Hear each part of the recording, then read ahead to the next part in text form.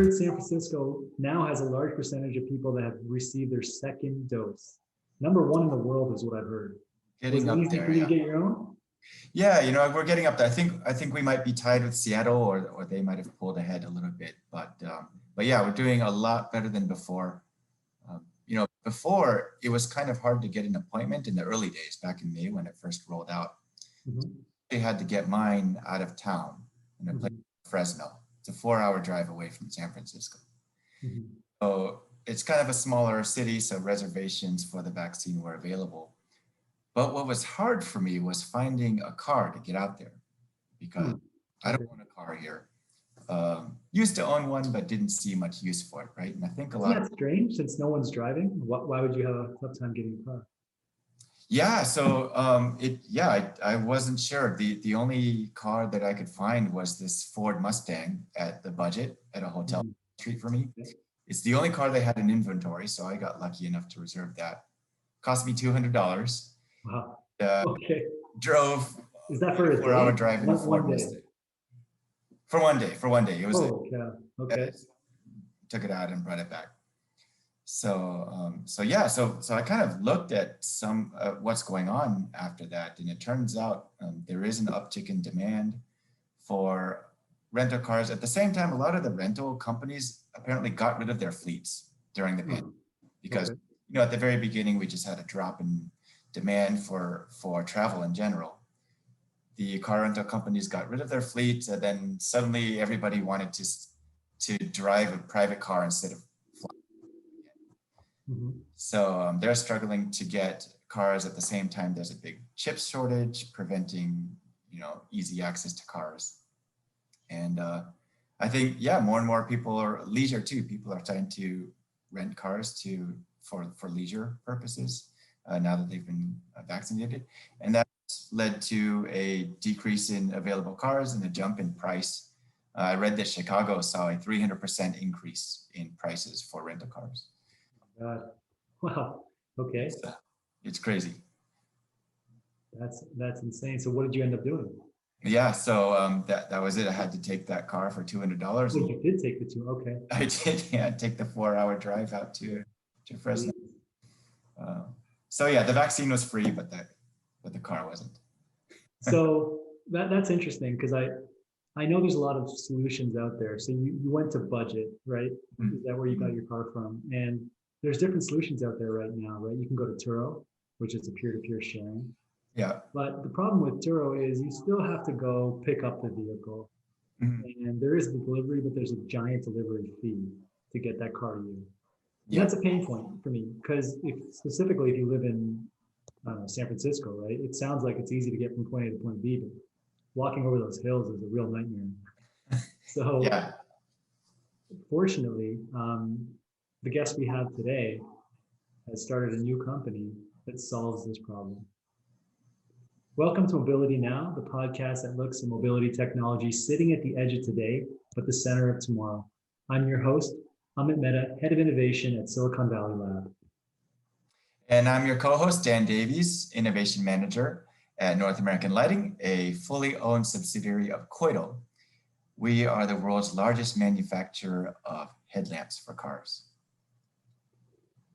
So you had some information, Dan, that the car rental market itself was valued around $86 billion in 2020, and it's expected to grow by 7% to $131 billion by 2026. But this, you're saying this isn't specifically just the car rental as in the car rental companies. It's an expanding market share, right? Yeah, the market research I was looking at is for the car rental industry in general. I don't know if that's going to include services like Zipcar and Turo that you mentioned. Yeah, certainly growing demand. So as I said earlier before this, there's a company that's solving the pain points of a rental car company, which is getting the car yourself, getting it fueled, and not having to deliver it back somewhere. So before we get started onto who our guest is today, I want to introduce Ludwig, who is the CEO of Kyte. Hi, Ludwig. Hi, thanks for having me, you both. No problem. It's a pleasure to have you as our guest today. And before we really get into who you are and what it is exactly you do, what is Kyte? Well, Kyte, to put it very simply, Kyte is the best way to get a car. That's what is Kyte.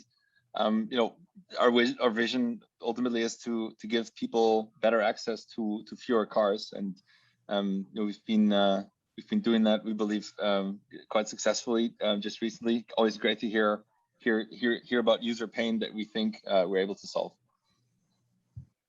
Great. So now that we know what Kyte is, could you give us a little bit about your background? How did you get to where you are today? Yeah, no, happy to, and would love to take the time to introduce obviously my co-founders who started this journey with me from the very start. We all came from different aspects of the transportation ecosystem. Francesco, one of my two co-founders, was at BMW and led a product team to really build out kind of their car sharing ride-hailing portfolio. They had a product in life in Seattle. They had one in China. So really deeply ingrained in the ecosystem. My other co-founder, Nikolaus, was at Uber at the time, in the machine learning AI team within the Maps organization. So really build some of the core infrastructure for what was kind of Uber's core infrastructure for the core product, but also for what later became Uber Eats and what is today a large chunk of their business. Before coming to the Bay Area, I was in consulting, worked a lot with the auto manufacturers on kind of trying to help them kind of figure out their positioning and their role in the future of shared, autonomous, electrified mobility and urban and beyond mobility. And helped start a captive bank for one of them. So really came from different kind of aspects of the transportation ecosystem. We're all German, but met in the Bay, and started the San Francisco Bay Area. Started the company here. We've been urban dwellers ourselves all our lives, and we've seen the 140 billion in venture capital that were poured into what was really kind of the intra-city transportation market, right? There's the ride-sharing players, the micromobility, autonomous taxis, and all of that was really for short trips, let's say up to half an hour. But what we realized, not a lot of people are paying attention to, is kind of that other part of the market, which is longer than an Uber ride, for which the car is the best option to get around, and very often the only option to really get around. And for these trips, there are a couple of options in the space, and you had mentioned a few. In car sharing and the peer-to-peer world, it's really difficult to make a consistent experience work. By nature of having distributed assets across the city, or by nature of using other people's cars, it is a large it's a very difficult thing to make work. Consistent experience and quality every time. Then there are the traditional car rental players where one could argue, sometimes they make it a little bit too hard to enjoy the experience, right? Especially when you're in the city and you need a car, you don't have one, and Dan, you've kind of alluded to the lack of choice. You had to go to a hotel. You don't have a car, so how are you getting to the hotel? You probably took an Uber, or you took some form of other mobility, which we don't, yeah, or that, which we don't think is the best way to do it. And then you obviously have car ownership and ownership alternatives like leasing or subscriptions, that when you live in the city, it becomes intrinsically more difficult to own a car with kind of every urban megatrend that you see, right? In New York City alone, 9,000 restaurants converted parking into restaurant space, right? Everybody wants a greener, less polluted city, and pollution doesn't mean end pipe emissions. It means being full of metal boxes, and even if they're electrified, a city full of Teslas is still not as livable as a city full of green space and restaurants. And so we think the pandemic, in a way, obviously started way before the pandemic. The pandemic in a way has manifested and accelerated the trend that we are trying to really capitalize on with what we're building, and give people a better solution to access cars when they live in a city, which is for a day, for a week, for a month. And yeah, so that's kind of the short story of where we came from. We said, if you want to really build a future-proof product in this space, and we're thinking 20, 25 years ahead, how will people access cars then when they live in a city. And we said it needs to be accessible, like at your fingertips, right? On your phone, you need to have a few taps to get the car to come to you. Then the car needs to it needs to be available, but it needs to get like summoned to you, because you don't want to store it outside your house. You don't want to store it in the garage. You want it to come to you, almost like like Tesla has the summon feature. We built that for entire cities. So the car kind of rolls up at your door on demand as whenever you need it. And then you need to be able to keep it for a day, for a week, for a month, for however long you want, to be ultimately flexible.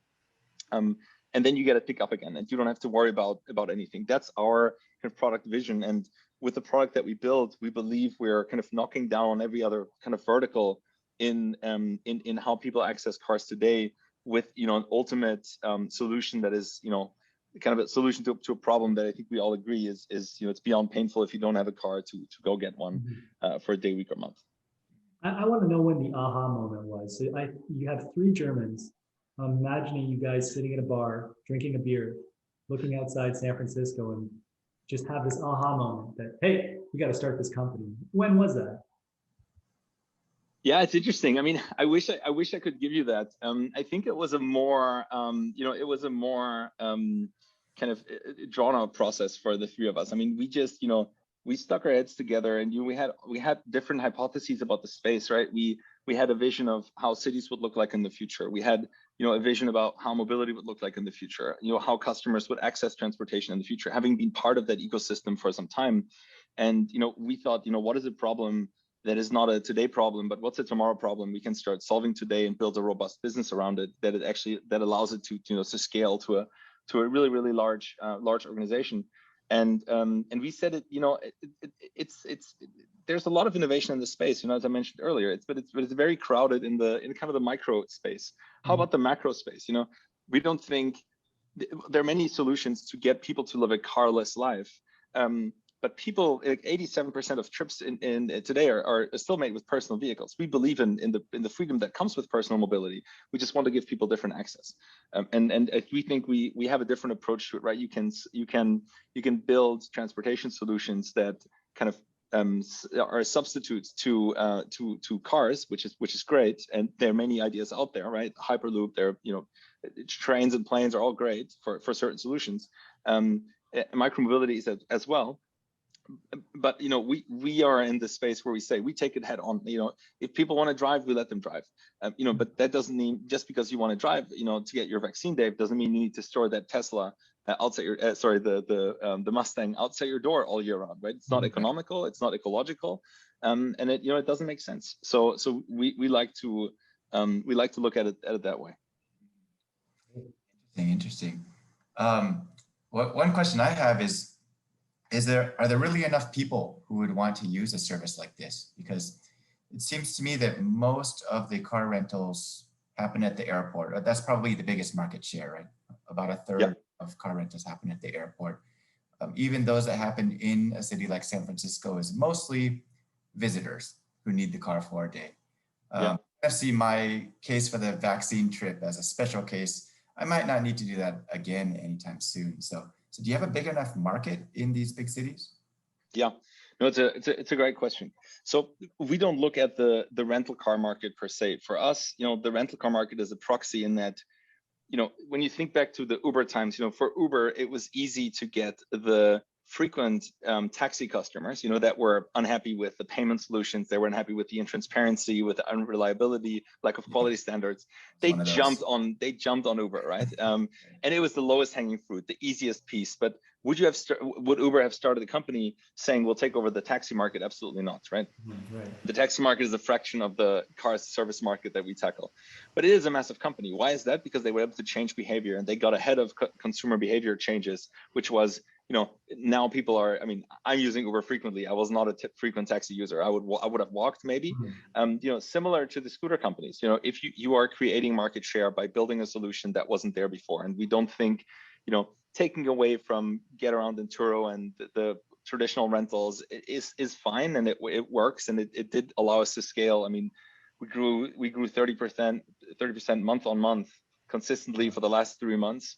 So I think we are on a steep growth trajectory, but at the same time, you know, the interesting piece to the customer that we go after, that we want to, you know, convince of Kyte, is the customer that doesn't own a car, lives in an urban city, and that share of the market is increasing. And these are not the people that would otherwise go to budget or Hertz. You know, I would say 30, to 25 to 35-year-old generation is not a frequent, you know, Hertz or Avis customer when it comes to the urban use case. We don't work on the airport. The airport is you know, in a certain way, when you look at the entirety of the industry, as a bloodbath, right? I mean, it's everybody is. I mean, not just during the pandemic. You know, air travel was depressed. It still remains depressed. You know, for the foreseeable future. No like differentiation, right? I mean, then you didn't care about whether it was budget or Avis or Hertz or Enterprise or any of those. You just looked at the car, and if any one of them would have been $2 cheaper, you would have taken the other one. And it's a very, you know, that's what happens in a commoditized market. The way we look at it is, you know, we are on par, right? We're not a premium product, but Dan, we would have saved you the time. We would have saved you the hassle. You know, I don't want to beat up too much on other market participants. We think we would have had the right product for you in that case.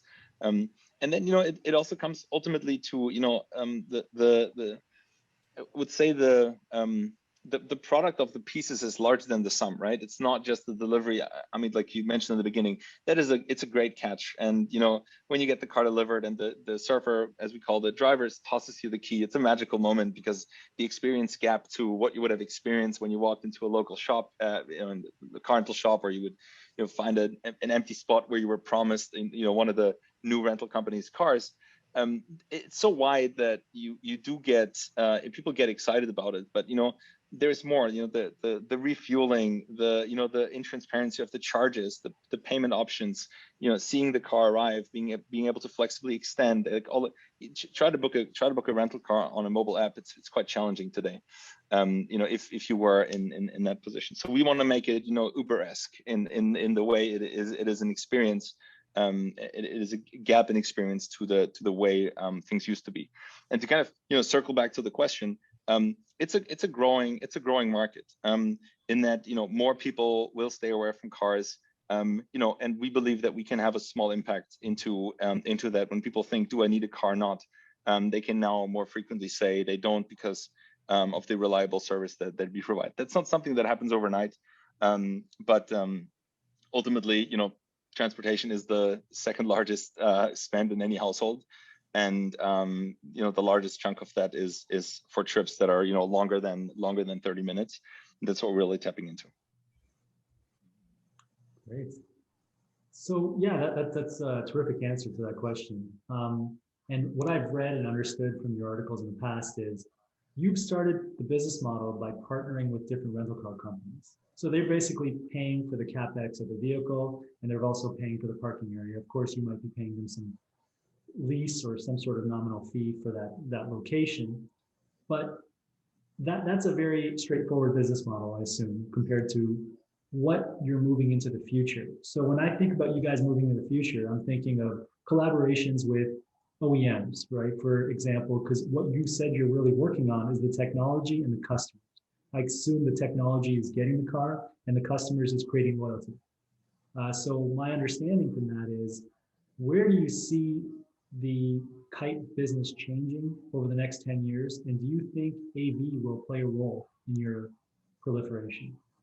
Yeah, I might have to extend the timeline to more than 10 years, but I definitely, you know, we definitely spend a lot of time thinking about that. You know, ultimately we believe in fleets. Like, we don't believe in individual car ownership. So in any type of autonomous future, you know, be that, you know, tele-operated, like remote controlled cars in the near term, be that fully autonomous systems, we don't believe it makes sense that you two have your own autonomous car outside your door, right? So there is, or semi-autonomous, there is, so we believe in the future of fleets. We are building the infrastructure for these fleets. So today, we do have, you know, a set of, you know, 7 or 8 partners that we work with today who deploy their fleets via the Kyte platform to consumers. And for us, it's a super important piece and a super important element of our business, because we want to ultimately allow any fleet owner to be able to, you know, deploy their assets the way these guys do. What role does autonomy play? We see it in two ways. One is on the on the consumer side, and one is on the operation side. On the consumer side, with autonomous systems within cities, people will have fewer use cases for their own personal vehicles. If people were commuting to work, they would own a car. If they now use an autonomous taxi system or rideshare system, they would have even more use cases for that, and their cars would sit idle even more. So we see people moving away from car ownership more and more and more. We will see a move towards more like purpose-built vehicles, right? There will be vehicles that will have 6 seats, that will be slanted in a way that it is made for shared taxis. There will be those that are made for the long distance, right? I mean, you have 2 electric cars. One is a Nissan Leaf and one is a Tesla, and they're both great cars to a certain degree. But the Nissan Leaf is supposed to take you to go grocery shopping, and the Tesla Model S, it takes you from San Francisco to LA, right? And I think these are some of the things that we look at, and when we build up kind of our hypotheses about the future, that people will want these purpose-built vehicles for different transportation use cases, and hence a sharing to in whatever form that may be will be the answer to solving different transportation needs while keeping cost economical, right? So on the consumer side, we're excited about it. Our use case to get a car for a day, for a week, for a month. Let's just think of a trip to Yosemite. In what we're building, we're ultimately agnostic to the hardware, right? We are agnostic to whether it's an electric, it's a plug-in hybrid, or it's an ICE engine.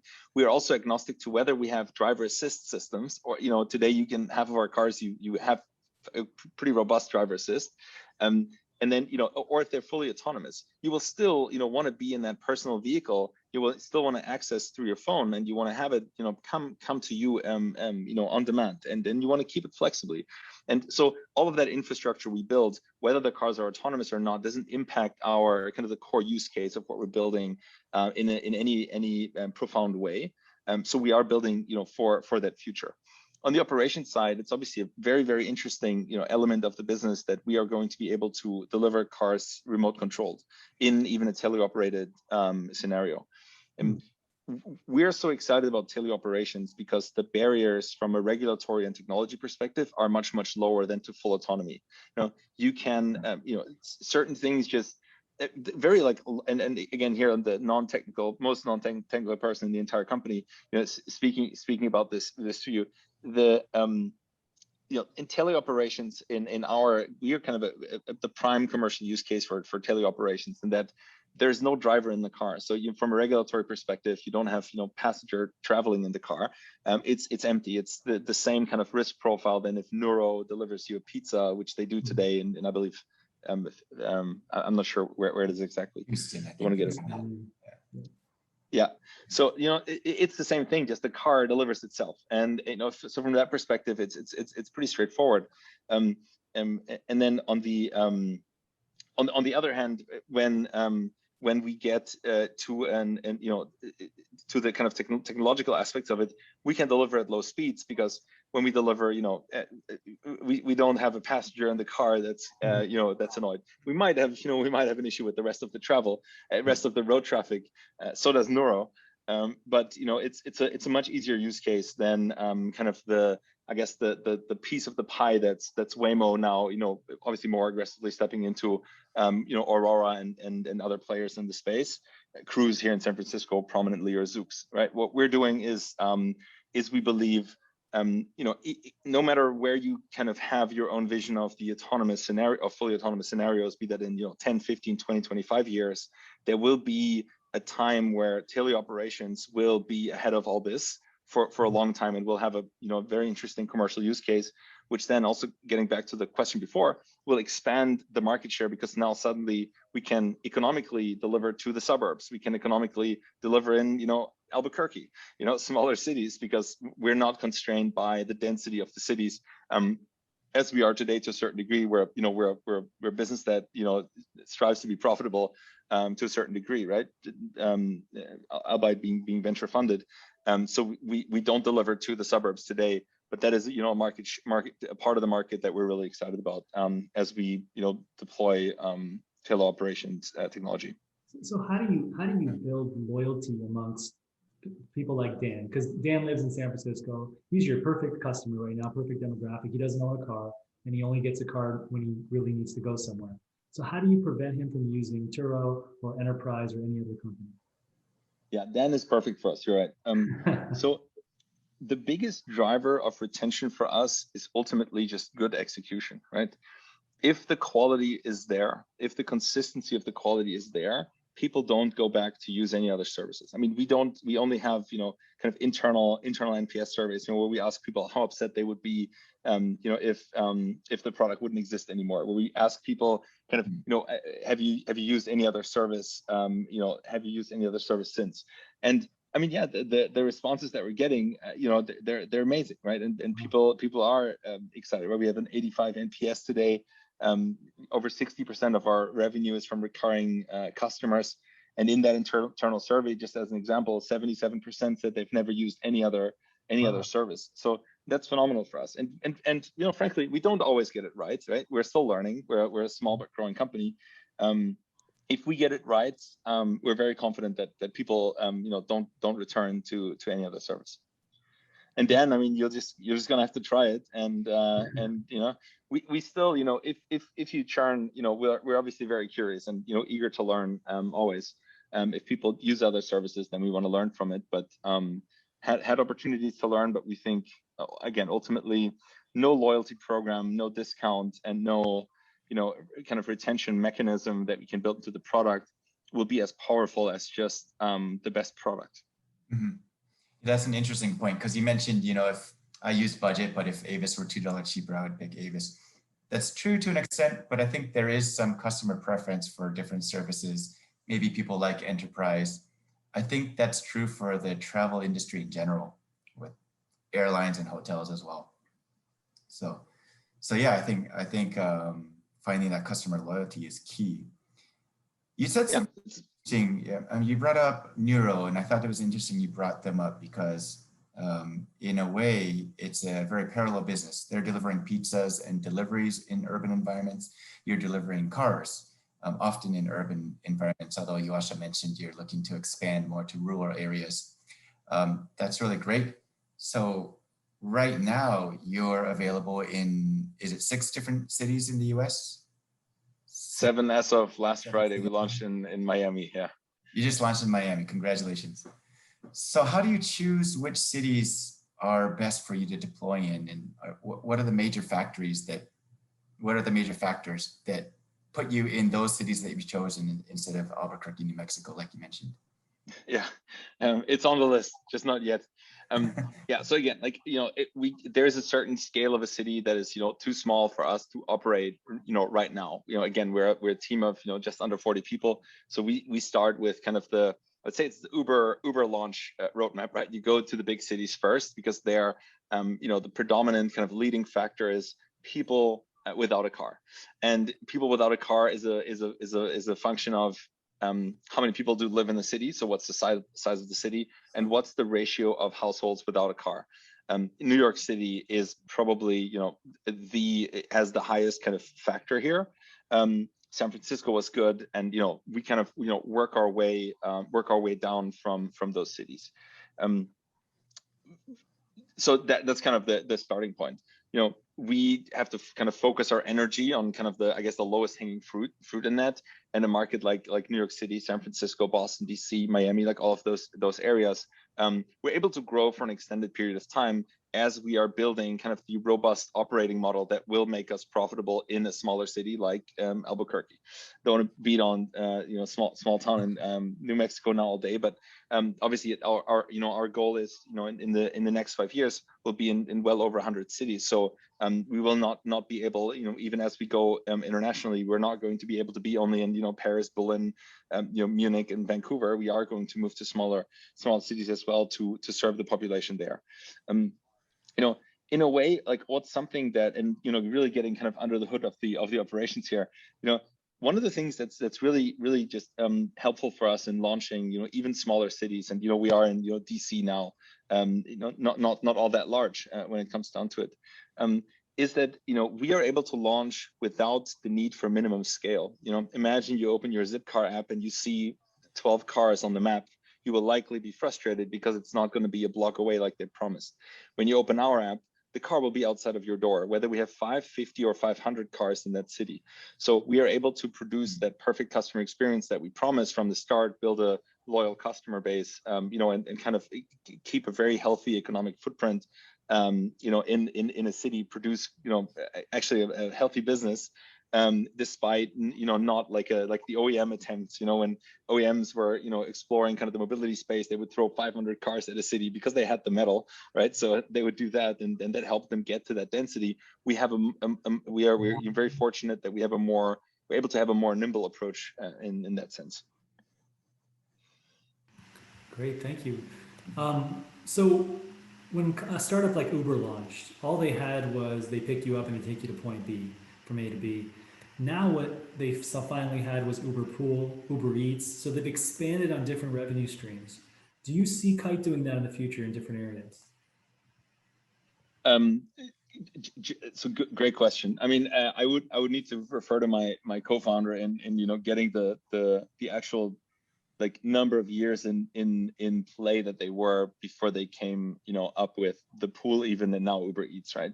I think generally in building a startup, it's all about focus, right? If the reason we are faster than anybody else is because we're focused on that core use case, getting cars to people. Do we get creative, you know, and when we have happy hours and, you know, talk about all the things that we could do and in strategy sessions? I mean, absolutely, right? And the space is super large. But we are, you know, very fortunate in that, you know, our core use case is kind of far from exhausted, right? It's a massive market. You know, we're launching at rapid speed. We're now, you know, we barely kind of surpassed kind of the 8-figure revenue mark, right? So there is I mean, it's still day one, right? So for us, like, really hard to think about, you know, what we'll do next. In terms of different products, we are seeing, you know, longer use cases that we're serving, but, you know, and we're seeing shorter use cases that we're serving. We're seeing people with second cars. We're seeing, you know, insurance replacements, but all of that still has kind of the same core infrastructure, right? The same core is we give you the best way to access a car, and that we don't think will change anytime soon, just given just how large that market is, and we have no struggle growing this right now, fortunately. Yeah, but it's always exciting. You know, we think the right now it's more showing penetration, right, at the same time, rather than going to letting our creativity too loose and going into different verticals. Yeah.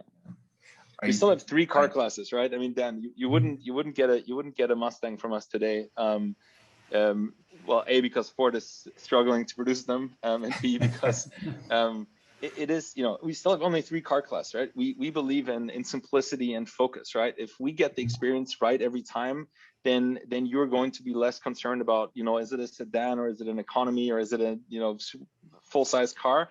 For us, there are small cars that are economical. There are medium-sized cars that are, you know, regular sedans, and then there are SUVs for people that need more space. You know, obviously, you know, we'll do ski racks and we'll do, you know, child seats. I have a 1-year-old. I mean, I need a child seat, so we'll do all those things, right? But for now, really, you know, focus over everything, which I think gives us the speed to really aggressively grow the service and bring it to more people out there. Yeah, absolutely. Are you planning to add luxury cars to your lineup? Because sometimes if I want to take a quick trip up to Mill Valley or Sausalito, I think it'd be kind of nice to just have a Maserati for a day. Or... I mean, I would say it's, you know, similar answer. I don't know how many there are, you know, that are like this. You know, I think in the longer run, right? For us, of course, like different car portfolios, you know, if we can increase the utility of a vehicle and, you know, have cars that are not sitting idle because we have the demand for them, then absolutely yes. You know, minivans are something that, you know, we know, like group travel, you know, is coming back, and we know that people appreciate that. So we are, you know, we're listening to our consumers, and if we have enough people that call about Maseratis, we will have them. I think they will come second to minivans, maybe convertibles, some other classes before we'll go into the luxury. But I agree. It would be nice one day to be able to satisfy all use cases. Yeah. Yeah, so that's one. I have one more question regarding that. Right now, you're renting from. I mean, you're getting these cars from rental companies. Is there a plan in the future, like to get it directly from an individual and add them to your portfolio? There are plans to change the setup. Yes, but they're more the other way around, right? So when we think, even 10 years ahead, we know that the rental car companies don't have the robust infrastructure to really provide 10, 50, 100,000 cars on the platform. It's the reason why they don't do this themselves, right? To a very question that we get frequently, why don't they do this themselves? Because it's difficult, and it's a hard engineering problem to solve. To dispatch autonomously drivers, vehicles, customers, and make everybody happy in the process. So we are going to move beyond that, but I don't think we will integrate into kind of people's cars, because we don't think individuals should own cars. So while that would be it would be a short-sighted move from us to satisfy a certain part of the marketplace, but what we're really after is building a robust model where dealers, OEMs, larger fleet managers, distributors are moving into the model, kind of more upward integrating than downward integrating into the individuals. We're seeing interest from larger and larger fleets. We're seeing interest from the OEMs, from distributors, to be able to deploy, more cars to more people, and that's what we're very actively pursuing. Yes. Great. And then finally, do you have any advice for new graduates or other professionals that want to enter your industry? That's a great question. I'd say just do it, right? Us three, when we started the company, we had kind of good running jobs, right? And we enjoyed our time. I think we're all fairly good in what we were doing.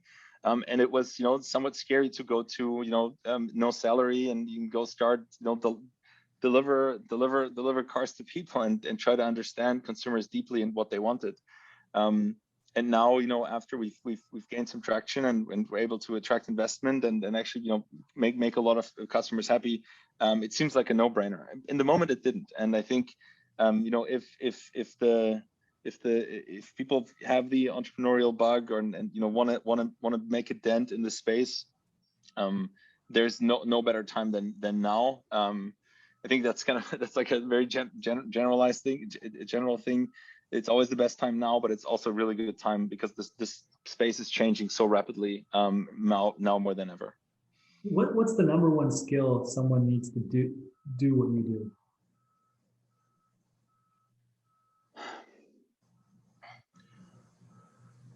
Not sure if this is a skill, but it's really good to be humble and to understand, that there are a lot of things that we are not good at and that I'm not good at, and to understand that there's still a lot that we need to learn. And yes, it's good to celebrate what we've achieved, but we're still, humbled by, the journey that's ahead of us. If we continue to row at the rate at which we're growing, this company outgrows us. And I think acknowledging that is a good thing.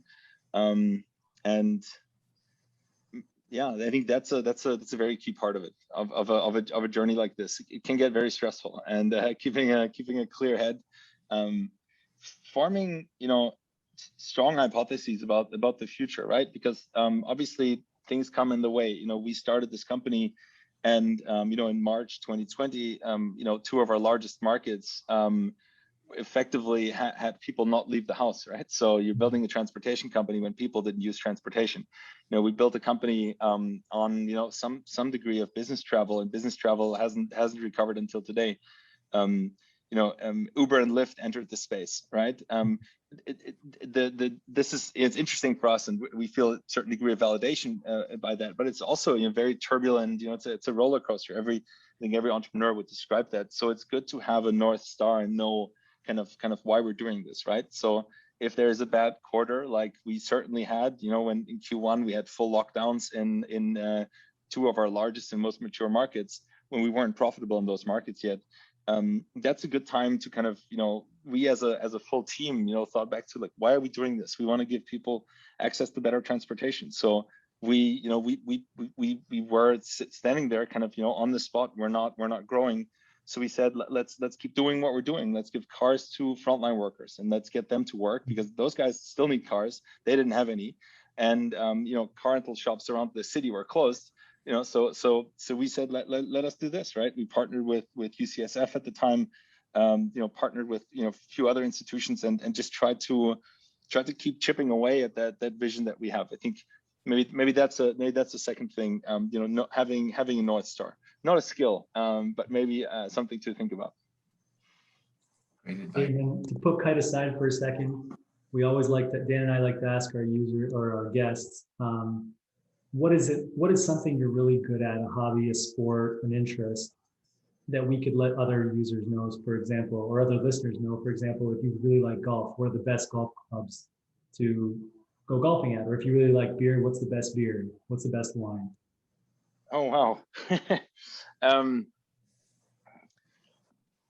What am I good at? Or enjoy? I mean, I enjoy cooking a lot. I don't know if I'm particularly good at it, but I enjoy that. And I don't know. I think it's somewhat of a life skill, right? It can be very meditative. It can be very useful. And can be can be a lot of fun. Can be very social. So before I go to a restaurant or order food, I'd always invite people to the house and try to cook something. So that's maybe something. I don't know what people can learn from it. Maybe there's a favorite. If you're really good at cooking, you must enjoy food. So is there a favorite restaurant in San Francisco that you enjoy? One of my favorite restaurants, and I'm fortunate to sit across from it. Our office is Wild Seed. It's probably one of the best vegan restaurants in San Francisco. They have a barbecue platter that is very vegan and will blow your mind. Maybe because it is and because it tastes really well. I can recommend that. Well, I gotta go there because I have to try that out. That's great. Awesome. Thank you very much. That was a terrific podcast, and I think our listeners will really enjoy it. So tune in next time where we're going to host the CEO of Sense Photonics, Shoenack.